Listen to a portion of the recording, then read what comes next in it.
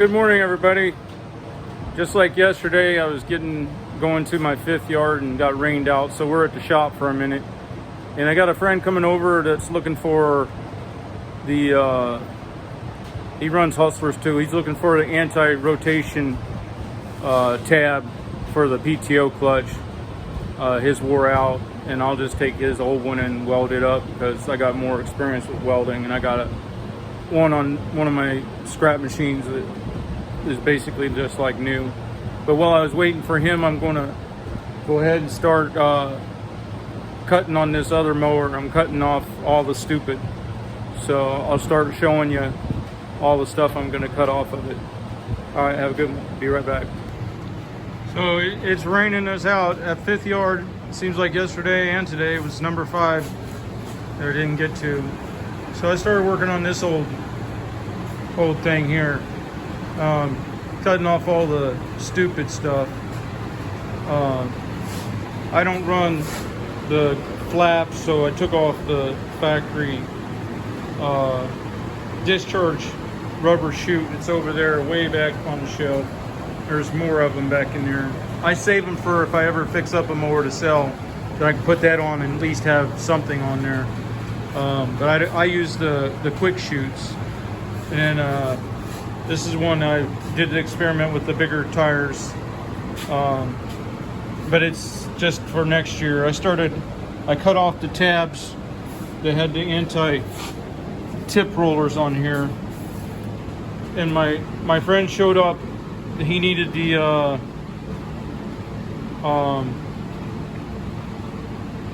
anti-rotation tab for the PTO clutch off of this one because his wore a groove in it. So I got him hooked up on that, and he left me the old one, and then I can weld it back up. They end up with a groove wore in them, and I just fill that groove with weld and then grind it down, and it's good to go again. This here mounts to the chassis, and the clutch has a forked thing in it that hooks on that, and this keeps that clutch from spinning around. Like I said, I cut off these because they're stupid, and the PTO is seized in there, so the clutch is seized on there. I may have to get the 3-jaw pullers. That tab mounts to here, and then it mounts to this plate, then it sticks out, and then these grooves, this catches it. But when it gets kicked on and off, that goes back and forth a little bit. They have to have some play, and eventually it wears that groove in them. So this is like the project for the winter, but since it's raining, I went ahead and started on it because the other 2 mowers there isn't nothing needs done on them. They're all sharpened up, greased up, ready to go. And I mean, yeah, they're rough looking. They could use paint. That might be a winter project. I may blow some of these apart and paint them, but I may not, because they just get dirty again anyway.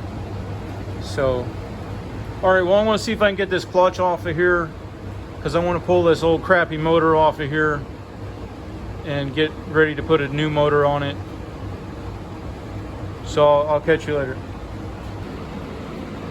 So I got part of the clutch out right down here, but the pulley the pulley part is still on the motor. I'm not sure if it'll come through. On the older ones, it will not come through the motor plate, the motor mount plate, without taking off the whole clutch. But on this one, I'm not sure. But I did take off the bolts to hold the motor on, and there was only 2 of them. So somebody's just thrown this thing together with whatever pieces they can get, you know. And this motor did run, but not very well. It's just clapped out. So, well, I set it down, and then it's all jacked up against this here. I can't even lift the motor out. So I'm going to try to lift it up and spin it around so I can get to the motor.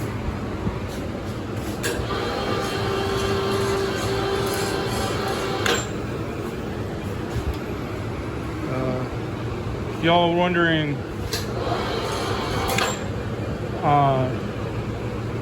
the 20 by 21 garage is good, but you got to decide, are you using your garage for storage or for service?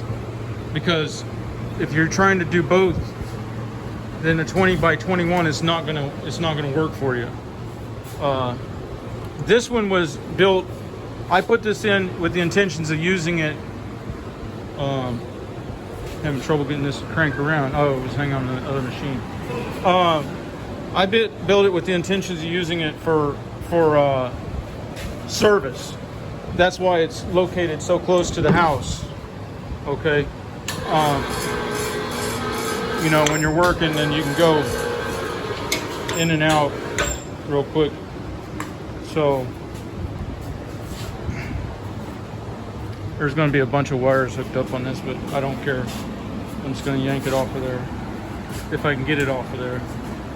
Sometimes you got to take the hydro cooler tower off. Sometimes you got to take the hydro cooler tower off to get these motors out. It's probably not going to come out that easily, but if I rip out the wiring, I don't care, so I'm doing my own harness on it. So I'm going to see if I can get that out of there. But yeah, on the garage, you can't use this size garage for both storage and service. It just isn't going to work unless you got a different scenario than what I've got going on here. So these mowers that are over here, they shouldn't even be in here. You know, they're being stored, and they should be in a storage type of building.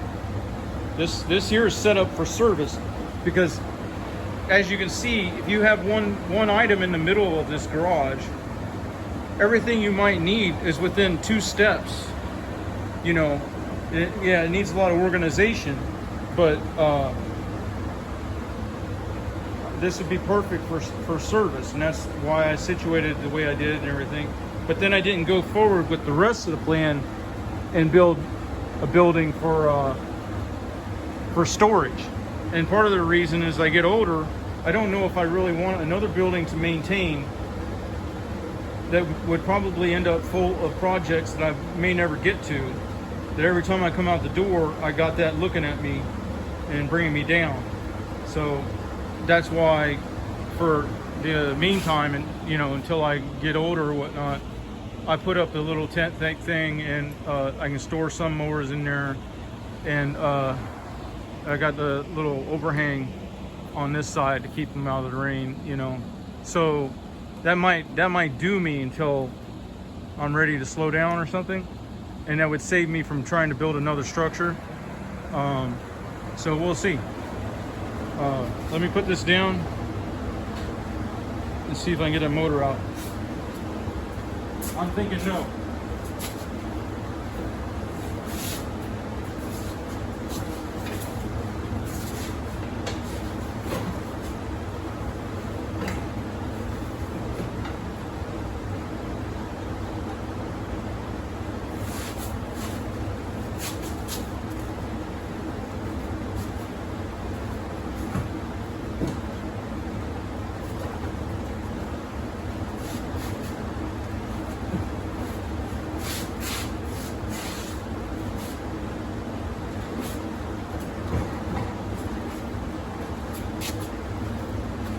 No, that motor plate won't let that bottom pulley come out, so I gotta find my, I don't have a 3-jaw anymore. I got a hydraulic jaw puller. It's a little bit bigger and more cumbersome, but I'm gonna have to get it on that crankshaft and pull that off. I'll get back with you. Bye. All right, I got that jaw puller, 3-jaw puller on there. So I'm going to see if we can get the pulley off of the PTO, so we can pull the motor back up through the top. See if I can set this down where I can get a view.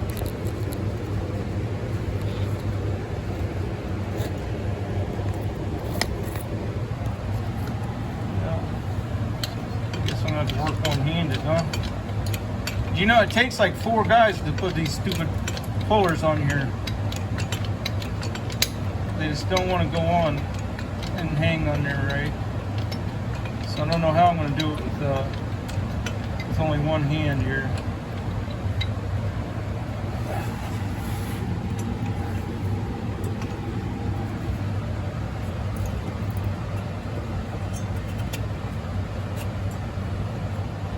See, I got it bottomed out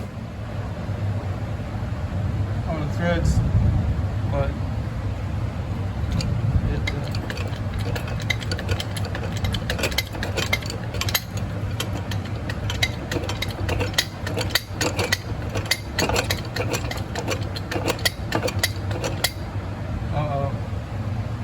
see, it's not.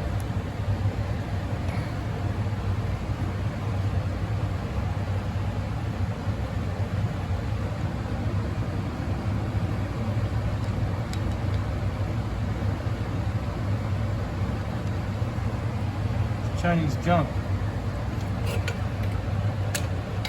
Hang on just a second.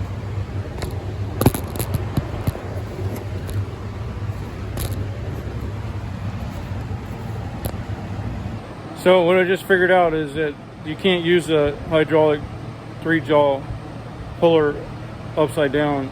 It loses prime.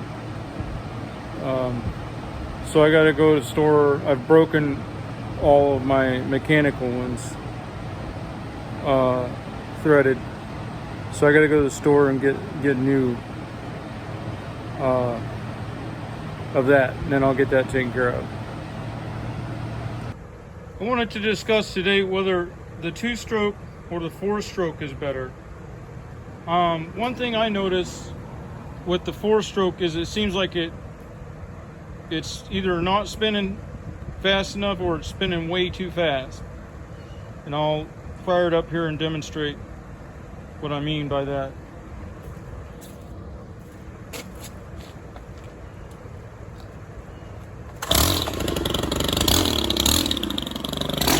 And it's got a lot of torque. When you hit it, it just wants to twist on the end.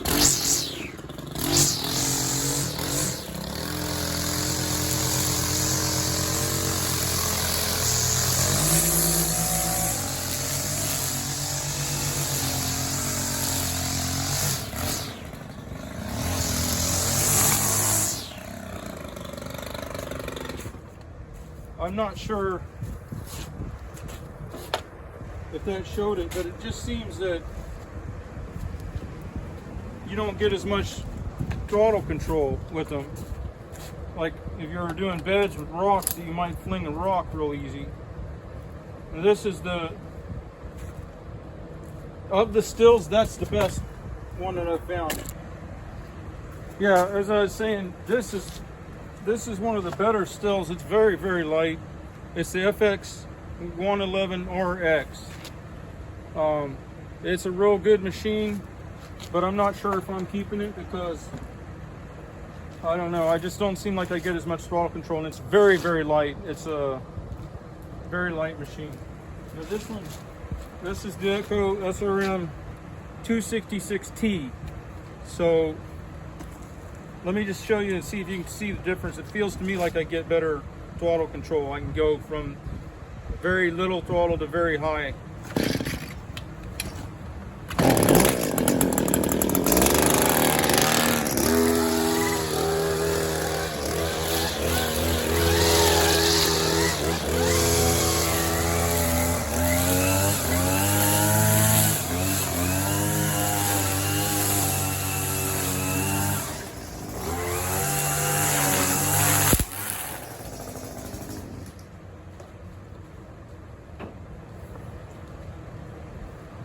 So I don't know if that showed it, but to me, after using them a lot, it seems like I get better throttle control with the 2-stroke.